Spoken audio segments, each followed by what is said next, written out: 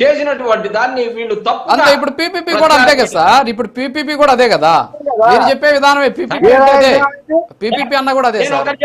చిన్నపరెడ్డి గారు పీపీపీ అన్న కూడా అదే కదా సార్.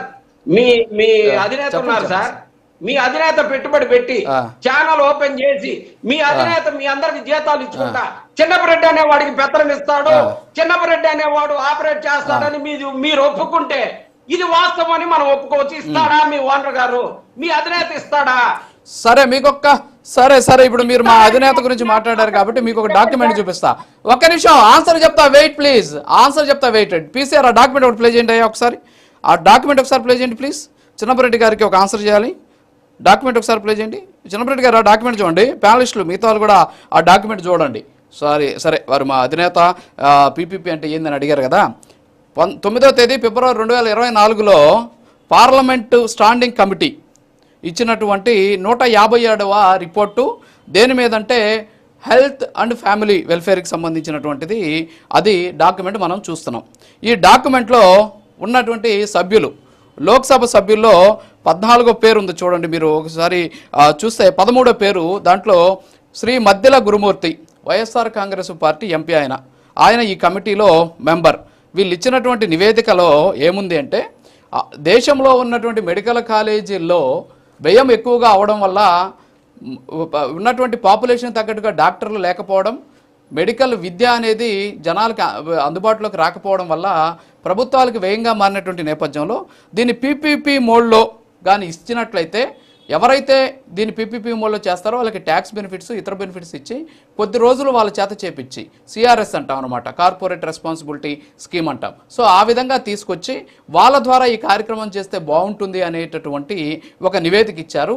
ఆ నివేదిక ఇచ్చినటువంటి పార్లమెంటు స్టాండింగ్ కమిటీకి సంబంధించినటువంటి సభ్యుల్లో మీ పార్టీకి సంబంధించినటువంటి గురుమూర్తి గారు కూడా ఒక నెంబర్, నేను చెప్పట్లేదు, అక్కడే ఉంది.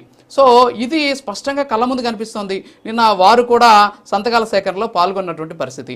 పార్లమెంట్లో ఏమో పీపీపీలో ఇద్దామనేసి తీస్తున్నటువంటి తీర్మానంలో సంతకం పెడతారు, కానీ ఇక్కడికి వచ్చి పీపీపీ విధానం రద్దు తప్పు అని చెప్పేసి మాట్లాడతారు. ఇక్కడ పీపీపీ విధానం అంటే ఏంటో తెలుసుకోవాలి. మా అధినేతని లేకపోతే మా యజమాని దీంట్లోకి తీసుకురావడం కాదు, నేను మీకు క్లారిటీగా చెప్తామనే ఉద్దేశంతో మీతో నేను మాట్లాడుతున్నా. మీరు వెంటనే ఈ మాట అన్నారు కాబట్టి చెప్తున్నా. దీనికి ఆన్సర్ ఉందా మీ దగ్గర? దీనికి ఆన్సర్ ఉందా మీ దగ్గర? గురుమూర్తి గారు పార్లమెంట్ స్టాండింగ్ కమిటీ ఇచ్చిన రిపోర్ట్ లో స్పష్టంగా చెప్పడం జరిగింది. సార్ రాజు గారు, మిమ్మల్ని కానీ నేను ఎక్కడా తప్పపట్ల.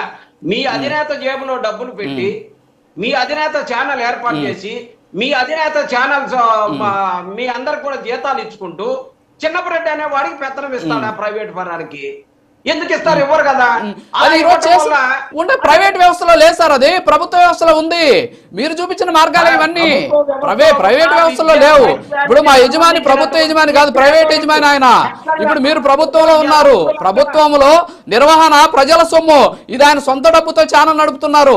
ఇదేమి మీ ఇంట్లో నుంచో మా ఇంట్లో నుంచో తెచ్చి పెట్టేది కాదు. ప్రభుత్వ సొమ్ముకి జవాబుదారీతనం ఉండాలి. ఖర్చు ఎక్కువ అవుతుంది, అప్పులు ఎక్కువ అవుతున్నాయి కాబట్టి ప్యారలల్గా అభివృద్ధి జరగాలి, ప్యారలల్గా వైద్య విద్య అందాలి అంటే ప్రైవేట్ వాళ్ళని అందులో భాగస్వామ్యం చేస్తే తప్పులేదు. కాకపోతే దాంట్లో తీసుకునేటటువంటి విధానాలు, దాంట్లో తీసుకునేటటువంటి వాళ్ళకి ఇచ్చేటటువంటి పరిమితుల విషయంలో మీరు మాట్లాడొచ్చు. వాళ్ళకి ఎందుకు మీరు దారాదత్తం చేస్తున్నారు? ఎన్ని సంవత్సరాలు నిర్వహిస్తారు? ఈ నిర్వహించే సందర్భంలో వైద్యం అందుతుందా పేదలకి లేదా? ఇలాంటి అంశాల మీద ఫోకస్ పెడితే జనాల్లోకి వెళ్తుంది. అసలు పీపీపీ విధానమే రద్దంటే మరి మొదట కట్టినటువంటి ఎయిర్పోర్ట్ దగ్గర నుంచి ఈ రోజు వరకు సైనిక్ స్కూల్ కూడా ఈ రోజు పీపీపీ మోడ్లోనే నడుస్తూ ఉన్నటువంటి పరిస్థితి ఈరోజు భారతదేశంలో.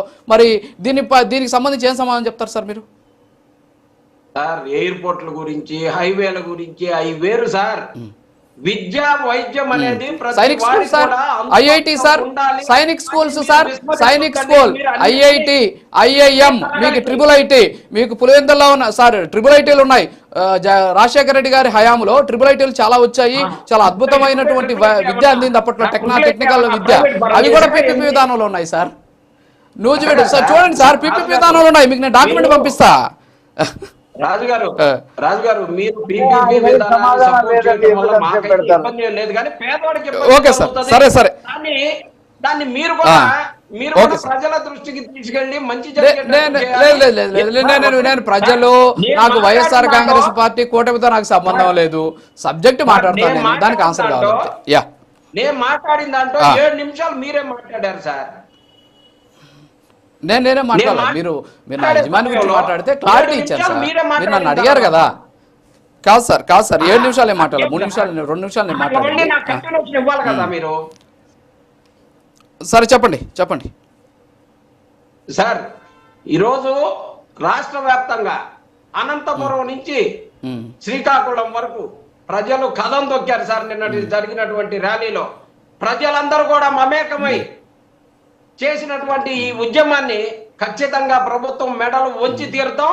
జగన్మోహన్ రెడ్డి గారు 18వ తారీఖున గవర్నర్ గారిని కలిసిన తర్వాత మీరు చూస్తారు ఖచ్చితంగా ఇది వైఎస్ఆర్ కాంగ్రెస్ పార్టీ విజయమా లేకపోతే వైఎస్ఆర్ కాంగ్రెస్ పార్టీ ప్లస్ అయితే అనేది కాదు. ప్రజలకి మంచి జరుగుతుందని మాత్రం వైఎస్ఆర్ కాంగ్రెస్ పార్టీ నమ్ముతుంది. ప్రజలకు మంచి జరిగేటటువంటి ఏ కార్యక్రమం అయినా సరే వైఎస్ఆర్ కాంగ్రెస్ పార్టీ తప్పకుండా చేపడుతుంది అని చెప్పేసి ఖచ్చితంగా చెప్పగలుగుతాం. Okay sir. ఓకే, మళ్ళీ వస్తా. కాజా సుజాత గారు గుడ్ మార్నింగ్ అండి. సో ఓవరాల్గా అసలు పీపీపీ విధానం అసలు నష్టం ఏంటి, లాభం ఏంటి? గతంలో చాలా చూసాం. దాకా నేను చెప్పినట్టు సైనిక్ స్కూల్స్ కూడా కొన్ని నడుస్తున్నాయి, నా దగ్గర సమాచారం ఉంది. ఐఐటి ఐఐఎంలకు IIITలకు సంబంధించి కూడా ఇది ప్రైవేటు అదే పీపీపీ మోడ్లో నడుస్తున్నాయి. చాలా వరకు కూడా పీపీపీ అనే దానికి ఒక సపరేట్ వ్యవస్థను ఏర్పాటు చేసింది కేంద్ర ప్రభుత్వం. ఇందాక నేను స్టాండింగ్ కమిటీ కూడా మీకు చూపించాను డాక్యుమెంట్. మరి అందులో కూడా స్టాండింగ్ కమిటీ సిఫార్సులు ఉన్నాయి. రీసెంట్గా 4వ తేదీ డిసెంబర్ 4వ తేదీ అనుకుంటాను ఒక నివేదిక ఇచ్చింది standing committee, parliament standing committee. దీంట్లో కూడా పీపీపీ విధానాన్ని తీసుకురావాలన్నారు. అలాగే మెడికల్కి సంబంధించిన టూరిజంలో కూడా పీపీపీ విధానాన్ని తీసుకురావాలని చెప్పేసి కూడా వాళ్ళు సిఫార్సులు చేసినటువంటి పరిస్థితి. మరి అక్కడ మాత్రం గతంలో ఎంపీగా ఉన్నటువంటి, అంటే ఇప్పుడు కూడా ఆయన ఎంపీ, గతంలో ఆ స్టాండింగ్ కమిటీలో ఉన్నారు గత ప్రభుత్వంలో. సో ఆ సందర్భంలో మద్దెల గురుమూర్తి గారు కూడా ఆ టీంలో ఉన్నటువంటి పరిస్థితి. సో ఆయన కూడా అందుకు సిఫార్సు చేసినట్టు కమిటీలో ఉన్నటువంటి వ్యక్తి. మరి ఈ రోజు ఇక్కడకు వచ్చేసి పీపీపీ విధానం రద్దు అని ఆ పార్టీ చెబుతున్న నేపథ్యంలో అసలు ఏంటి అనేటువంటి ప్రయత్నం కూడా ఆయన కూడా చెప్పే ప్రయత్నం జరగట్లేదు. ఏమంటారు? ఓవరాల్గా కొంచెం టైం అవుతుంది కాబట్టి మీకు టైం కొంచెం తక్కువ ఇస్తాను, దయచేసి మీరు దాన్ని క్లోజ్ చేయండి ప్లీజ్. సార్, ముందుగా మీకు అలాగే ప్యానెల్ సభ్యులకి, ప్రైమ్ అండ్ వీక్షకులకు అందరికీ నమస్కారం అండి. జగన్మోహన్ రెడ్డి గారు 1,000,000 సంతకాలు సేకరణ అంటే గ్రామానికి 500 సంతకాలు వేసుకున్న, నియోజకవర్గానికి 50,000 సంతకాలు మరి ఎక్కడ సేకరణ చేసేసారు? ఈ రాష్ట్రంలోనూ పక్క రాష్ట్రంలోనూ వేరే గ్రహాల్లో కూడా సంతకాలు సేకరణ జరిగిందేమో మరి ఆయనకే తెలియాలి. ఈ రోజు 1,000,000 సంతకాల సేకరణ కాదు సార్, 1,000,000 సార్లు ప్రజలకి క్షమాపణ చెప్పాలి, 1,000,000 సార్లు పొర్లు దండాలు పెట్టాలి. ఎందుకంటే ఆయన పాదయాత్రలో నేను 17 మెడికల్ కాలేజీలు కట్టేస్తాను, పార్లమెంట్ కి నియోజకవర్గానికి 1 మెడికల్ కాలేజ్ కట్టేస్తాను నా హయాంలో అని హామీ ఇచ్చిన వ్యక్తి 2023 డిసెంబర్